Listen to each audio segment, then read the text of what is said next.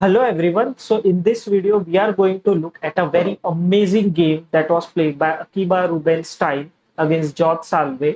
So here Rubinstein is playing with the white pieces. Let's see how the game begins. So it started with the move pawn to d4, d5, c4, e6, knight c3, pawn to c5. This is known as Tarrasch defense. Continued with c takes d5, e takes d5, then knight f3, knight f6, pawn to g3, knight c6. Here white is going for Prague variation, then continues with bishop g2, then pawn takes pawn, knight takes pawn, queen to b6, and here a slightly different move like Rubinstein have played, that is knight takes knight, because the general idea here is that black is having this isolated pawn. So white generally tries to play like he could play like knight b3 and trying to put more pressure on this pawn and trying to win that pawn.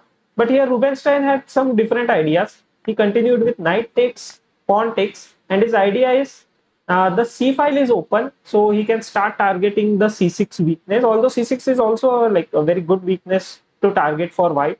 So the game continued with white castle, bishop e7, knight to a4, queen b5, continues with bishop to e3, castling by black, rook to c1. So now pieces are coming into the game, and little bit pressure put has also started like on the c6 point.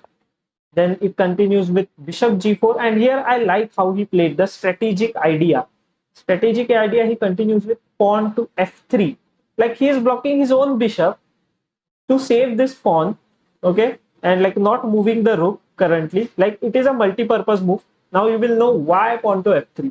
Okay, so bishop moved back to e6, continues with bishop to c5, trying to exchange the dark square bishops, then continues with rook f e8, and here again a very amazing move that was played by white was rook to f2. Like wow, it's just a multi-purpose move. First thing, like whenever this e pawn will move anywhere, this rook will defend this pawns. Okay, and one more purpose is there of rook to f2. Now you will see this in the game how he implemented it. So it continues with knight d7, bishop takes, rook takes, queen to d4, rook back to e8, bishop to f1. Okay, so this is the idea, like to free the square so that bishop can come out this way now.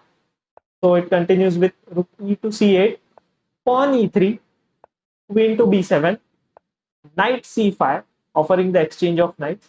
So knight takes, rook c7, rook f to c2. Here you can see like the rook is acting like a very good defender of this pawns. So it continues with queen b6, pawn to b4, then a6, rook a5, rook to b8, pawn to a3. Then it continues with rook to a7. Black has played, which was a bit of a mistake. Here, can you try to find a very brilliant move that was played by white? So the move here is rook takes c6. Wow. Then queen takes rook, like a slight tactic, not so hard, I know. Rook a8, queen c5, queen b7, king f2. So he is activating his king as well.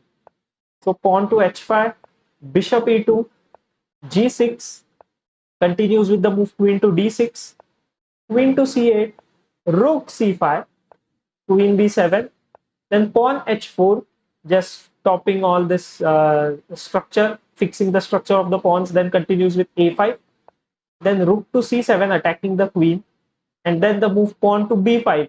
Okay, so white is making has made a pass pawn now, continues with a4, b6, rook a5, and after the move bishop to b7, finally black has resigned, because like this pawn is very dangerous. Here material wise, if you will see, so then it is equal. Like okay, you can say like white is having a pawn extra, but otherwise the other material and all, it's equal. The most important thing I liked is the strategic play by the white, and like he has played this game like a lot very nicely. And you know, like one more thing about Rubenstein, he is considered to be one of the greatest players who never became a world champion. Yeah, that's the fact. Rubenstein never became world champion. Okay, hope you have enjoyed this video. Please like the video and subscribe to the channel for more such videos.